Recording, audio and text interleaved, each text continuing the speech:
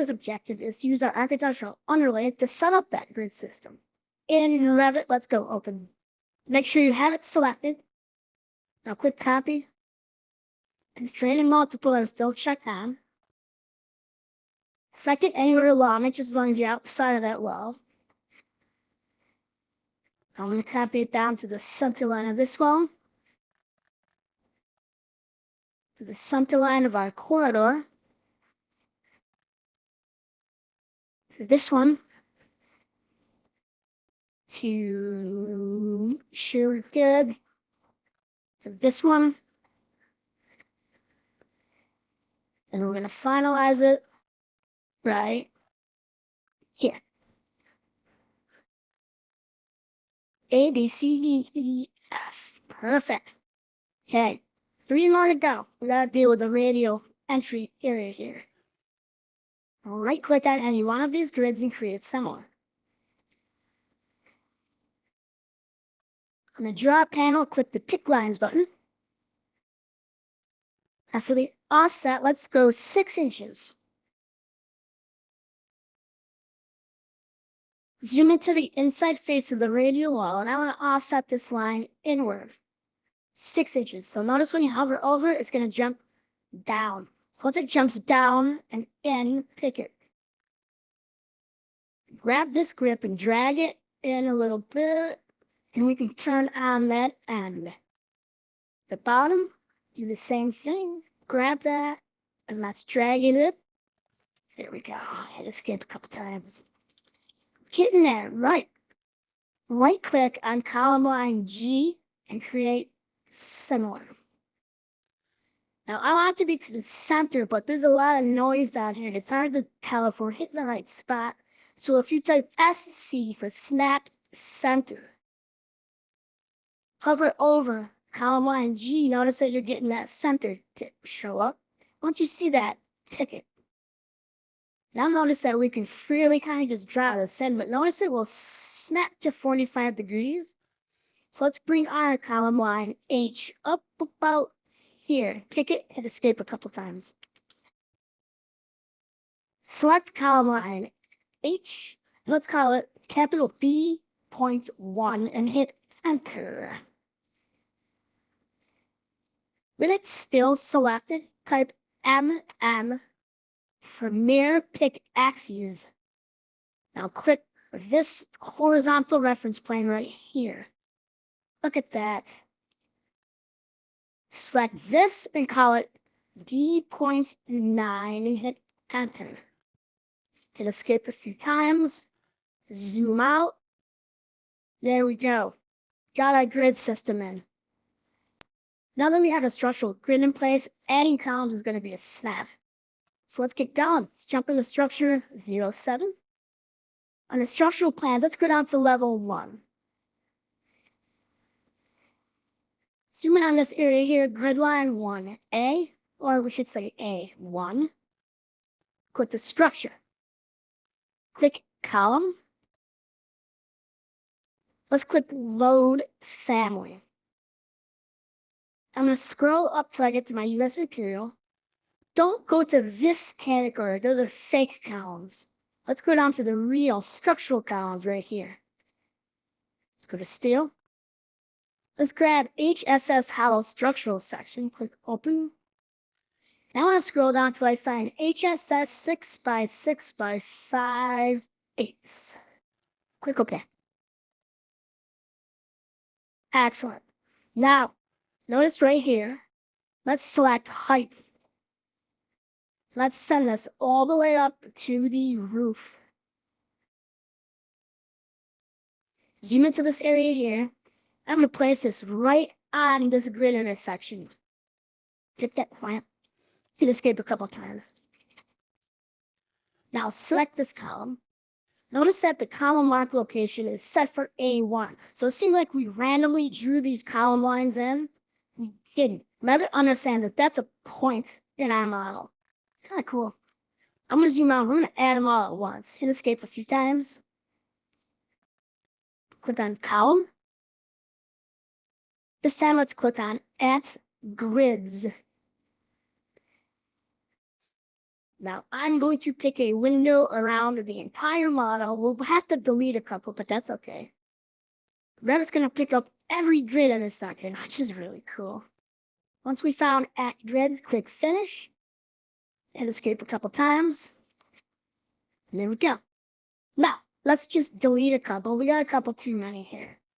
So let's delete that one, select it and hit delete, select it, hit delete, select it and hit delete. There's a couple out here too. Select it and hit delete, select it and hit delete. There's one in the doorway here, but we'll argue with the architect. We're going to remove that door.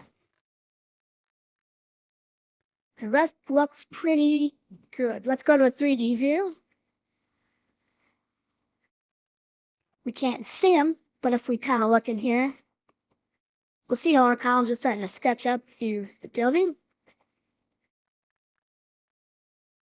What we can do is we can change our discipline to structural.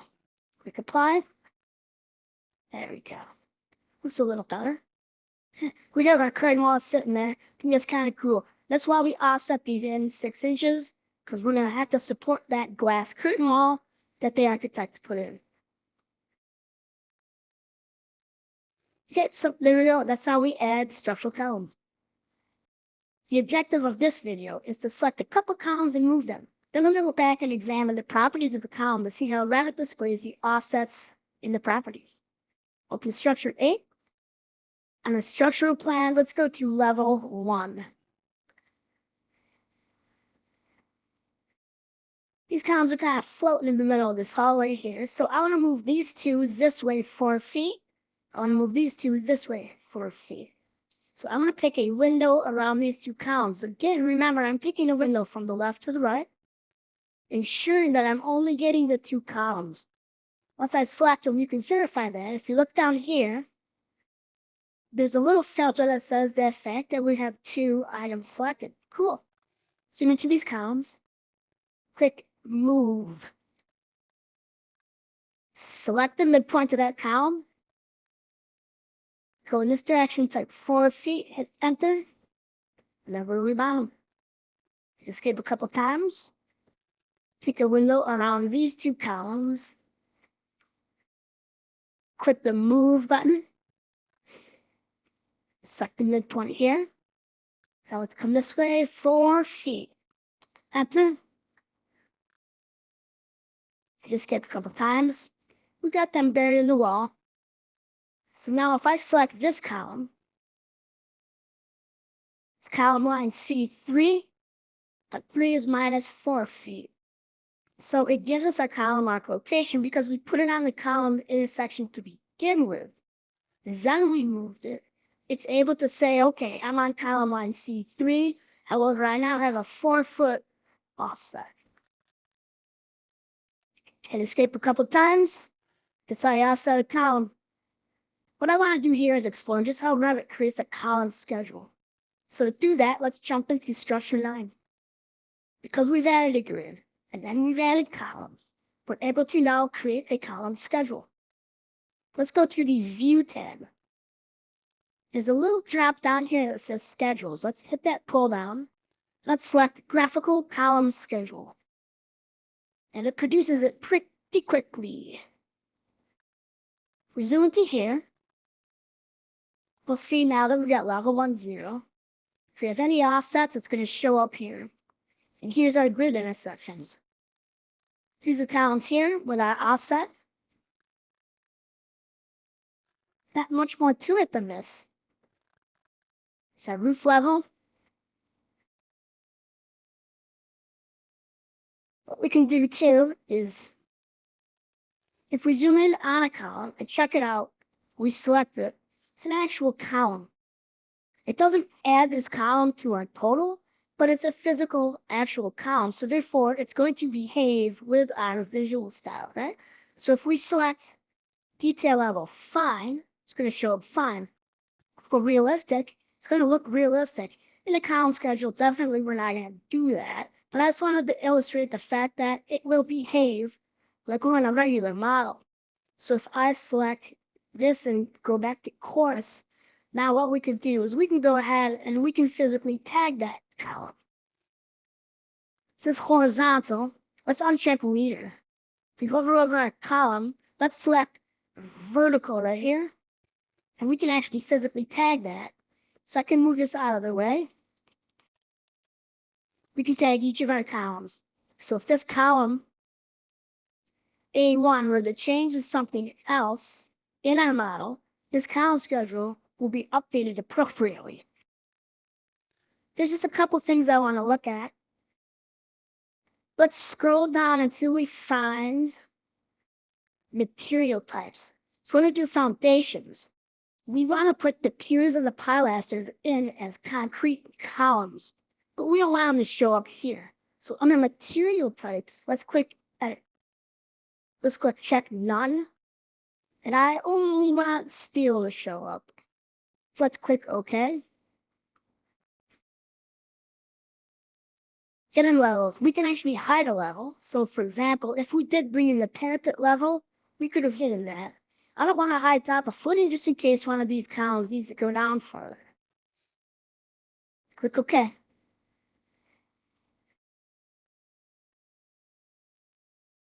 Let's scroll up to text appearance where it says edit. Put a text area up to 30 seconds. That's good. I just want to bold that one. I like 0.8 for the width factor and everything.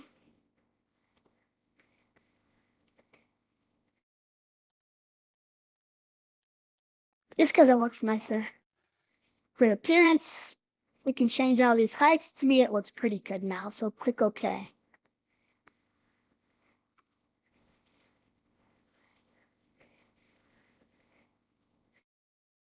Everything else looks okay to me. There you go. That's how you make a column schedule. Let's start a new project. Under models, let's go new. Let's click browse. I'm going to grab structural analysis default, and I'm going to click open. And I'll click OK. We're level 2, let's jump down to level 1. I just want to model a simple grid. So, on the Structure tab, click the Grid button. Draw a grid right about here. Point here. Let's turn on this other side. This is column line 1. I'm going to select column line 1. I'm going to click Copy. I'm going to copy it this way 4 feet. Select this column line here. I'm going to copy it this way 4 feet. Let's call this grid 1.1. Let's call this grid 2.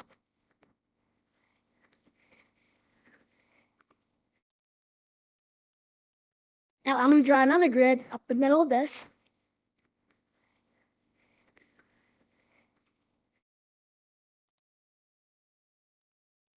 We'll call this B. I'm going to copy this up 25 feet. It's going to be A. Copy this down 25 feet. That's going to be C. I did it funny, but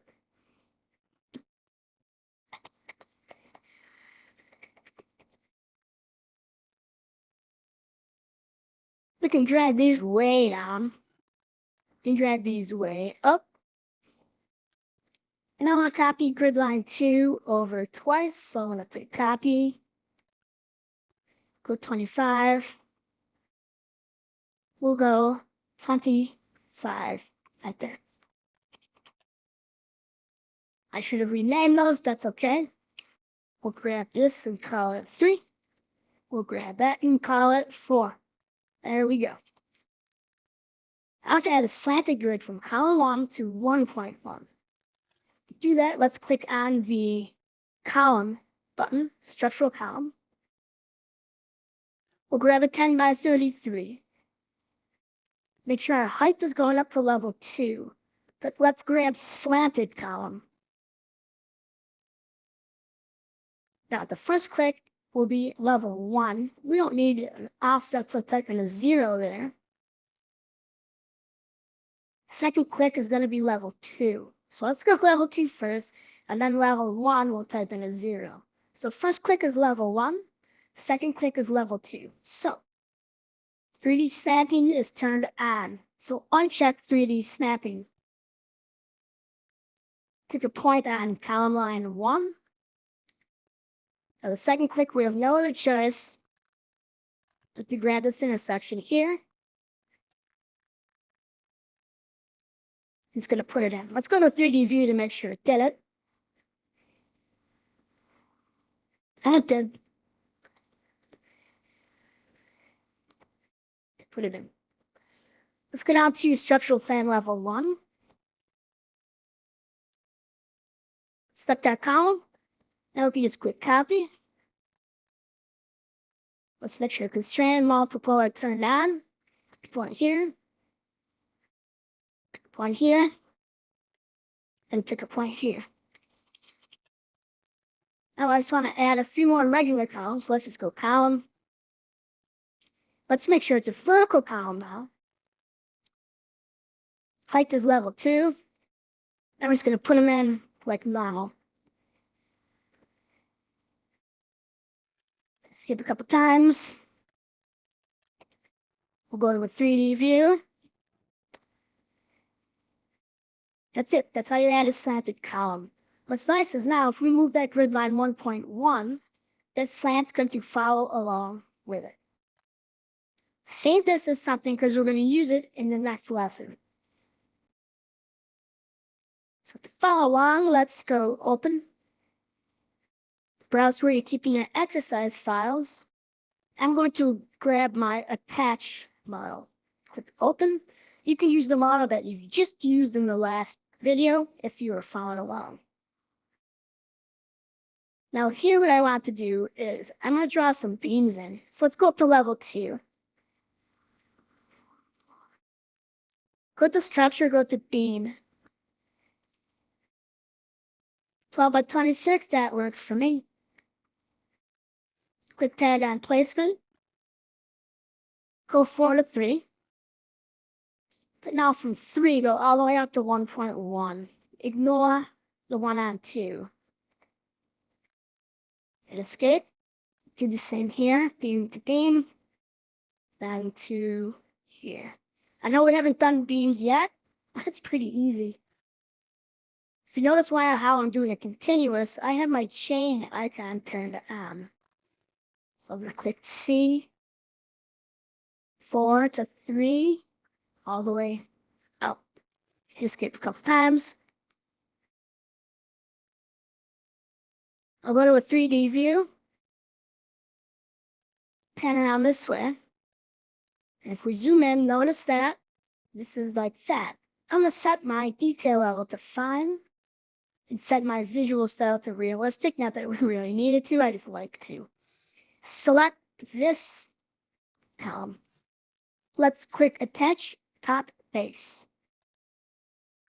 Select that beam. That's going to attach it.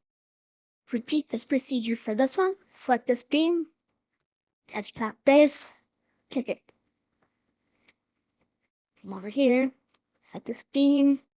Attach top base. And then pick it. That's how that works. One thing we should look at though is if we zoom into the beam, it's basically right on top of it. But in our projects, if we scroll down and we find offset from attachment, type in 1 inch. Well, let's type in -1 inch. I'm usually wrong, 50/50. That's going to push that down